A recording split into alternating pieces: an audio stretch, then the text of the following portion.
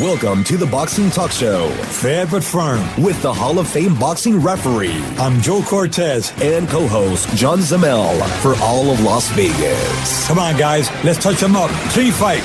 I'm Joe Cortez. Fair but firm. Hey, welcome to the Fair but Firm show here with Joe Cortez and my co-host John Zemel. We're here in Las Vegas, the entertainment capital of the world, the boxing capital of the world. John, yeah, baby. John, last week we were cut short of our show here. We sure were. But so we could talk about our prediction of the fight. That was pre-fight. We were probably both going to say Canelo by decision, obviously. Yeah. But, Well, you know, I was going for a Triple G all the way. Me too. But then at the scoring at the end, I had Canelo winning. Yeah, so, you did. But anyway, the thing is that Canelo is a new WBC middleweight champion, WBA champion. Yeah, he's got a lot of those belts. Yeah. So now we say, wow, the fans are still saying Canelo lost a fight, Triple G beat him. What do we say about that, John? So here's what I say about that.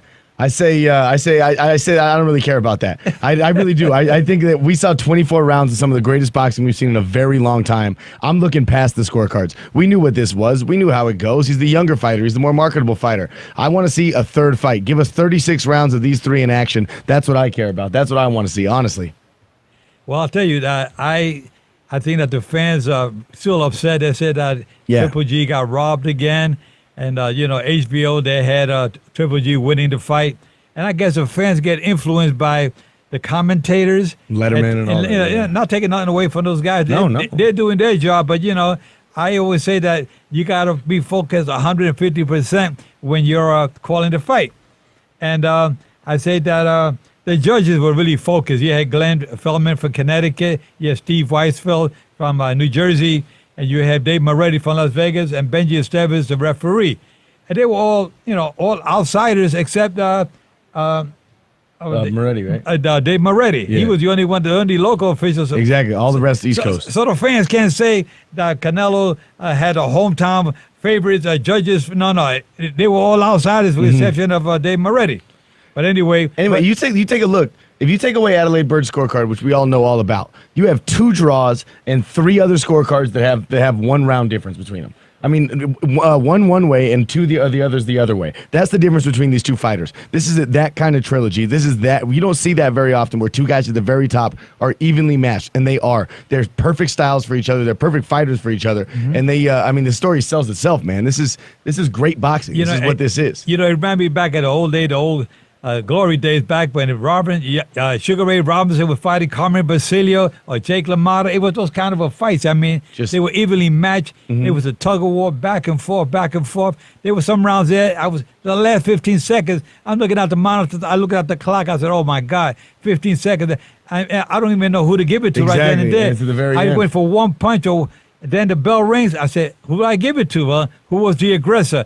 And I'm sure the judges, they all had it like, also, same thing. 2 of my rounds could have been given to Triple G very easily that I gave to Canelo. Yeah. So it was that kind of a fight. It was crazy. It was that kind of a fight, and that should be the focus. I understand that everyone is upset because of the last fight. I do. I really do understand it, and I understand that when the rematch tried to get made, the drug test happened. I know why the fans are on Triple G's side. I know I was on Triple G's side. I still love Triple G. I still want him to come out and prove himself. I'd love for him to win the 3rd fight. But the fact of the matter is, it was a great fight. It was perfect, and if we focus just on controversy, then we're taking away from the very essence of the sport, the very thing that makes this so beautiful, the reason why we enjoy watching fights. Exactly. And one of the things that you hardly ever saw the referee in the picture. He was out of it. He didn't even have to get involved maybe once or twice to break a clinch. These guys, and Triple G was so gentlemanlike. I was watching the move to the referee, and I can see when Benji said, all right, break. I can see where Triple G will tap Canelo on the back, like, all right, come on, let's break. So they were so sportsmanlike in this fight. It was so clean. Nothing went wrong. Yeah, there was a couple of, I remember, people don't really talk about, I haven't seen anyone mention it, but there was a couple of headbutts that Canelo kept pointing to, but I didn't notice them, and they didn't seem to affect it at all. But twice he pointed to the referee, pointed to his head. Did you see anything on either watch? Well, if it happened, it was unintentional. Obviously unintentional. It's because of the style. They were both moving. They were coming in. I mean, Canelo. But neither one of them lead with their head. I mean, if anybody could complain about the headbutt, it should have been Triple G because it was Canelo who was putting the pressure. He was the one coming forward. But I mean, but once in a while, when Triple G make a move, of course, Canelo's coming that way. You're gonna clash. That's how it goes. It happens sometimes. I mean, there's a difference between an accidental headbutt in a normal fight versus a Holyfield Tyson when it's happening every round. When it happened to Tyson Holyfield, that's why Tyson bit Holyfield's ear off. Exactly. Because he said, man, this guy was bring that head close to mine again and he's going to bite it off. Yeah, he said, and he kept doing head out of my head. He kept telling me, Joe, every time he sees me, he says, Joe, damn it, if you would have been the referee in that fight, that would have never happened. He says, like, Joe, if you'd have been the referee in that fight, it would have never happened. Yeah, well, with the headbutt. I said, well, it's something. When it's accidental, but Mike knows the game. He said, this guy was using Some guys lead with their head, man. He was using the head intentionally, you know. Some guys, are just, even if it's not intentional, it's some guy's style. I forgot who else we were talking about a little while back, but even if you go back, if you talk about Errol Spence is a great welterweight right now. He works the body a lot, but every fight you see of Errol Spence, he gets at least one warning of low blows. I don't think he's a dirty fighter, but I think part of his style is it's on that line where you have to worry about if you go 1 inch too low, you're in trouble. Let me tell you one thing. Me being an ex-fighter, I can tell you sometimes when you're going to the later rounds, your arms get tired. Yes. Those gloves, 10-ounce gloves or 8-ounce gloves, whatever they are. It's about 10 pounds. They feel like 10 pounds when you're throwing those punches. So when you're throwing a punch to the body, being that your arms is already kind of tight, you're going down. It's not intentional. So, but you got to understand the game. Yeah, when you're throwing it, you're really trying to throw a good kidney shot, a good body shot. Oh, yeah. To the liver, not the kidney, to the liver, throw a good liver punch to the liver, boom. And what happens is the punch went a little low. It's straight low by 2 or 3 inches, and the referee, come on, keep him up. It's not intentional. And that's the thing. I love Errol Spence's style. I love that he works the body. It's safer for the fighters. Yeah. It's better all around, and it's more entertaining to watch because it's different than what we always see. But at the same time, it is something where you are straddling that line. And I wonder if you're his trainer, if you got to say, hey, man, you got to worry about where you are there. Is it something else he has to take into account, I'll tell you, a lot of fans out there are listening, probably saying, man, these guys are talking the rules on boxing and whatnot. I got some good friends I was out with last night, James Lincoln, and his beautiful wife, Tanya. Happy birthday, Tanya. Again, we had our beautiful cake Happy last birthday, night. Tanya. All right. And, of course, we had Glenn and Marsha, new friends of James from back in L.A. So good shout out to my friend. We had shout a out good to time. Glenn and Marsha, too. Hey, guys, we hope to see you guys soon. But anyway, going about boxing, I'm all excited today because I know. there's so much We're happening. sandwiched between. I mean, look how much great action we had. This is 3 weeks in a row. We had a little bit of a lull in the middle of the summer. It was boring. We're talking about clenbuterols and levels and boring stuff. Today we have 3 weeks in a row. We got to talk about the welterweight championship of the world, followed by the biggest fight in boxing now. Yeah, but we're going to finish up a little bit more. Let's talk more about the last week.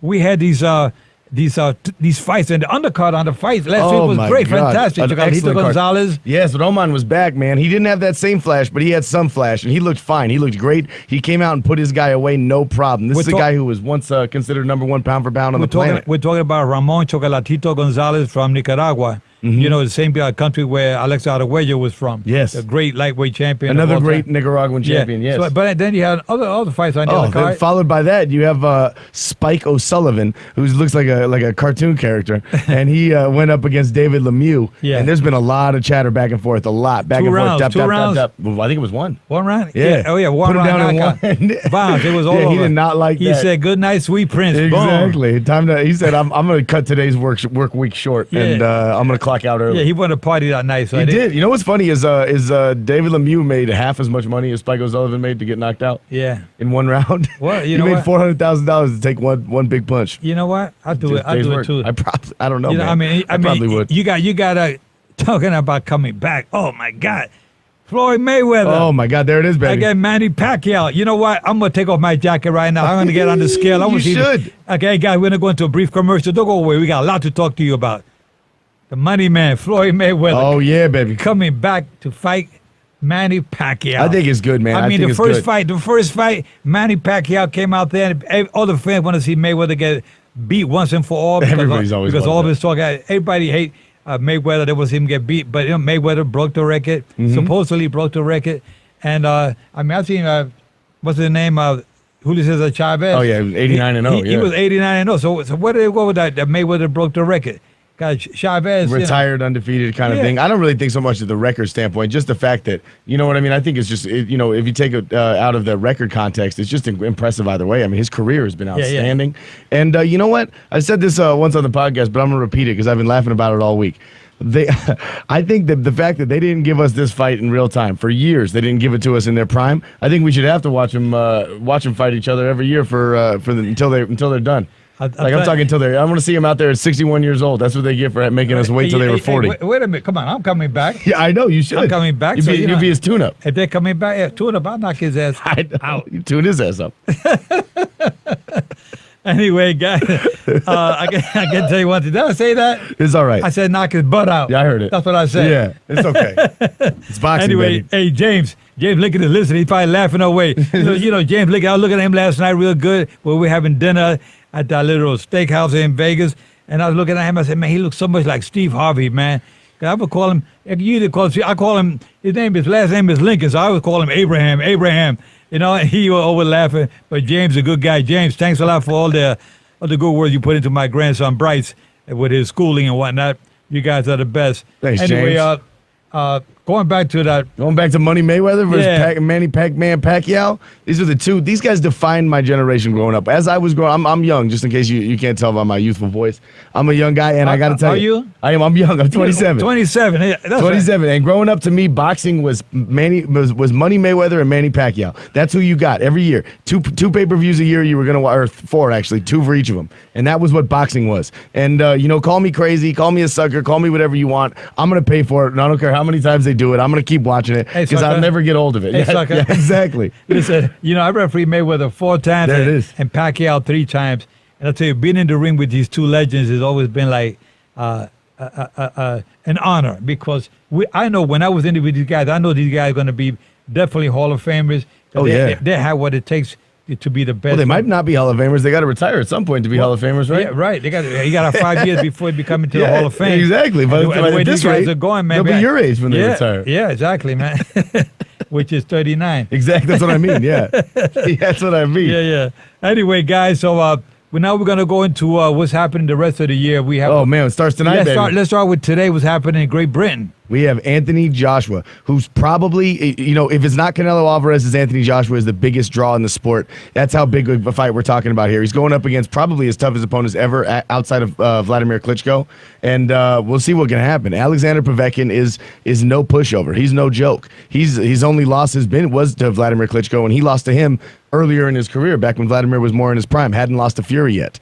I'm looking so forward to seeing this fight today. And the best part about London fights, as we talk about on this week, is they happen during the day. So when we get out of here, I can go to lunch. You guys can. The undercards are already happening right now. Yeah. That's the best part about it. So around 2:30 p.m. is usually when you'll see the fight, and it's streaming all over. You can't miss it. But I'm excited for this fight. It's going to be streaming on what? So people can. I don't know. Okay, they got something. No, I don't know about that.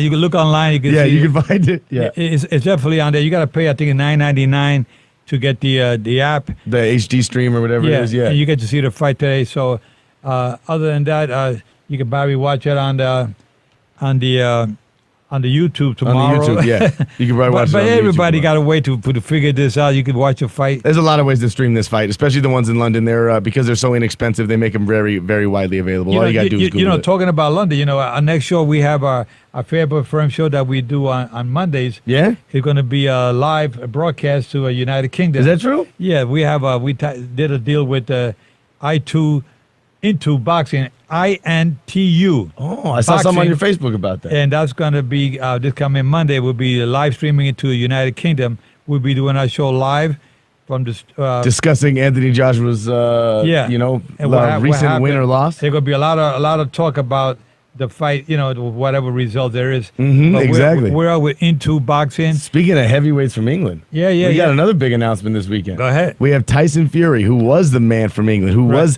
London's big dancer. Right. He took 3 years out of the ring. He's fought 2 tune-up fights, and now it's been signed. It's signed, sealed, delivered. It's ready, baby. We're going to watch him versus the Tuscaloosa Tornado, the Bronze Bomber, Deontay Wilder himself, in Staples Center, December 1st, and the undercard is starting to shape up pretty nicely, too. Yeah, well, the undercard, you look like you have Gervonta Davis against Abner Mares. And Abner Mares is one of those fighters who throws so many punches that you can't miss him. He's going to be exciting no matter what. He might not win, but he's throwing, what did he throw, 2,000 punches in the first? I don't know, a couple of backs lost. They tracking number. They couldn't keep up with his punches. Yeah, his thumbs got sore. Yeah, there was like so many punches. They're all over the place. And then you got Gervonta Davis, who's an excellent counterpuncher and just an excellent fighter. Yeah, I mean, he's clearly probably a class above Abner Mares, but at the same time, Abner Mares is probably his biggest test yet. So that's going to make this exciting. It's going to be an interesting fight. Abner Mares, is really just starting to decline a little bit. Mm-hmm. He reached his peak, but he's lost twice to Leo Santa Cruz. Yeah, Leo Santa Cruz, and now who's made his way onto a lot of top 10 lists. Exactly, but Abner Mares is not in the top 10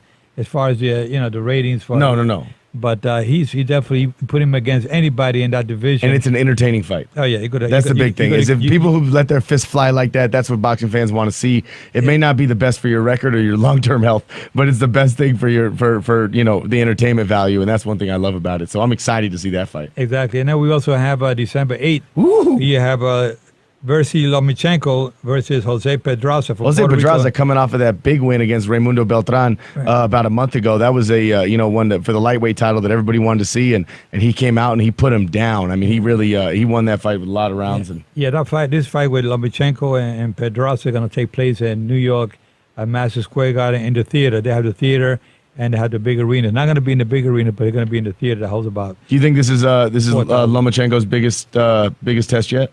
Or do you think Linares is? I don't think it was his biggest test because Pedraza is a good fight. He's decent, but I don't think it's his biggest test. No, you think Salido? I mean, when he fought Salido, he lost to Salido. He did lose to Salido. He never got that rematch. Whatever happened to that? I don't know. That was weird. I think there was a lot of bad blood because there was a lot of talk from both sides. Okay, but even the bad blood. You can sell bad blood, I mean, look, it's happening with with Tyson Fury and Wilder. I mean, you can sell bad blood. Look at Triple G and Canelo. I mean, people like watching people who don't like each other. Bad blood. I mean, it all started with Muhammad Ali, guys. Back in the days, they were blah, blah, blah. Muhammad Ali was saying a lot of things like, you know what? He called Joe Frazier the gorilla, and he says, you mess with me, you're going to go in 3. And it came all the he was blabbing his mouth. His big mouth all over the place. And people hate him. They want to see him get knocked out. And you know what? He sold the fights. Yeah, no, and today exactly. people are doing what Muhammad Ali started back in the 60s. Hey, why not? If it ain't broke, don't fix it, baby. That's what Conor McGregor got famous doing. That's what it is. You talk and talk and talk. You make enough people talk. People want to see you win. People want to see you lose. As long as you're in the I think that's what Floyd Mayweather's doing, man. He just likes being in the conversation because once you're out of the conversation, you can't get back into it. I mean, here he's talking about coming back. I mean, he stands to make another $100 million, maybe probably $100 million. Maybe, maybe more, but probably $100 million. And then after that, if he does beat Pacquiao, he'll say, or if a fight is close and he loses to Pacquiao, they're going to be the trilogy. Yeah, then. Exactly. Another $100 million. $100 million. Man, people talk about fight money like it's falling off the trees. Well, it's not for everybody. That's the thing, man. Like a lot of these guys, not for everybody. Then I'm not coming back. No. You're marketable. You're good. But I'm saying, you know what I mean? That's what makes Mayweather so great, man. It's his marketability and Pacquiao. Yeah. The two biggest draws in the sport. Okay, guys, we got to go into another brief commercial. We got so much more to talk about. Please don't go away because if you do, I'm going to knock you out. We'll be right back. Hey, fans. Talking about those fights last week, man, there were so many great fights. And I forgot, one of the great undercard fights that was Jaime Munguia. Oh, yeah, baby, a star was born. Yeah, he's coming back. He's a guy that Bob Bennett, the executive director, and the commissioners voted against him to fight Triple G Cinco de Mayo when Canelo tested positive. So the whole show was canceled. They said, "No, we got somebody. We pick a guy out of nowhere from Tijuana, out of Mexico, out of a sombrero. Who has a great, he has out of sombrero, right? He has a great record, but he didn't fight nobody. The commission, no, we can't put him against Triple G. Yeah, I mean that's a smart decision. Triple G will kill this guy. He might have, and he might have. So you know what? They said no. The kid goes to New York. He gets an offer to fight Salam Ali, and he ends up knocking out Salam Ali to win the super welterweight championship, 154 pounds.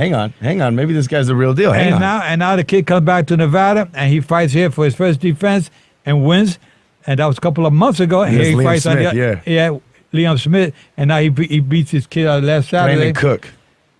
And a big showcase. This was it. That's what it was supposed to be. After we realized who we were dealing with, after we realized that this kid is a real deal, he's a future superstar, and he really is. 21 years of age. Yes. He has such a big fan base Saturday night at the fights.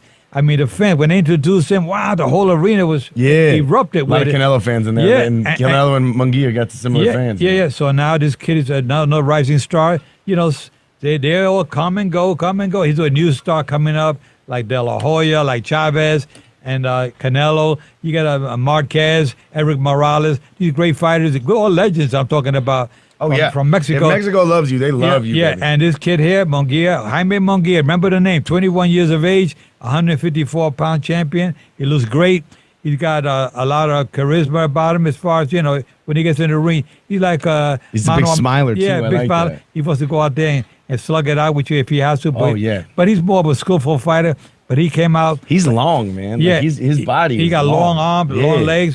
But he's tall. He probably end up being a super middleweight eventually. 168? Yeah, and eventually you'll see him against the Charlo brothers, I can see that.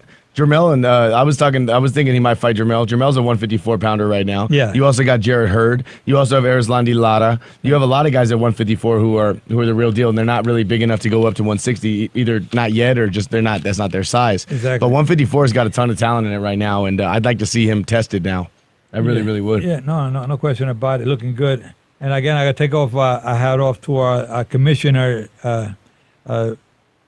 actually the executive director Bob Bennett, for a job well done. Yes. Controlling the how he selected the officials for all these fights last week.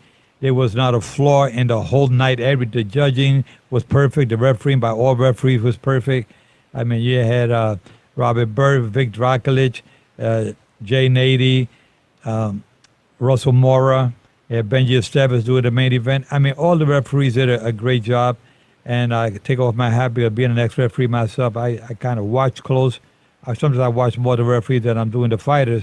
I do too now that I've been with you this long. Yeah, because I want to just make sure that my guys are doing a good job. Yeah. And if any flaws, I will. That's talk, what you do, baby. You're the Godfather for a reason. I will talk to them and tell them, hey guys, Who was all on the undergo? Was Russell Moore? Was Tony Weeks on it? Yeah, 20 Weeks. I thought I saw Tony. Yeah, 20 Weeks. They all did a great job. They're all cool, good guys. And too. I saw them all coming up the ranks, and I was always by their side.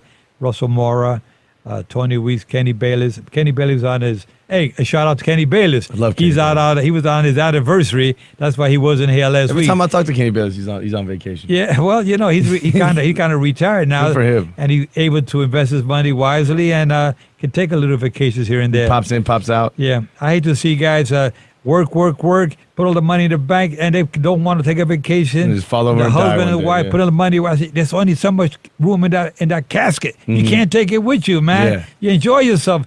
Go on vacations and have a good time. They're saving money so they can buy a bigger casket. Yeah, They don't have money in it. Yeah, come on, please give me a break. But anyway, the thing is that I love my fans here in Vegas. We have a good fan base with our show, and Yeah, baby. now we're United Kingdom. Don't forget, next Monday we'll be on for this coming Monday, the day after tomorrow. Yeah. We'll be on live again on I'm Facebook. on Facebook Live on Joe Cortez's page as well as the Fairwood Firm page. And then as always, we're also on it gets replayed on YouTube and then also on iTunes, Google Play, Spotify. What were you saying? Audio Boom.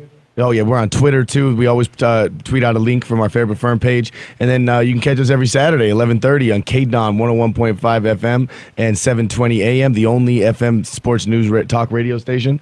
And really, there's no way you can miss us. That's right. If you try. Yeah, our next station will be up in Mars. Yeah, we'll be here. We're everywhere. We're up there. We're going up there soon. We got a You can't miss us. But my friends we got a asked me. satellite. We got the set us on the satellite up there. Yeah. So we can, because everybody wants to hear our show. We give you guys what you want to hear. We're not here to give you a boring show. We're here to give you some energy, excitement. I mean, I'm ready. I want to go right now. I want to take off my jacket. I'm honestly a little nervous if I'm being honest with you, because sometimes you just start swinging. I'm ready to fly, man. Anyway, guys, listen, I want to just say that it's been a great show with you guys. A lot of you, again, my friends James, Glenn, Marsha, and Tanya. I want to wish you guys the best. Thank you for listening in. John? Yes, sir. Remember what I say, guys. Protect yourselves at all times. I'm fair, but I'm firm. Touch them up.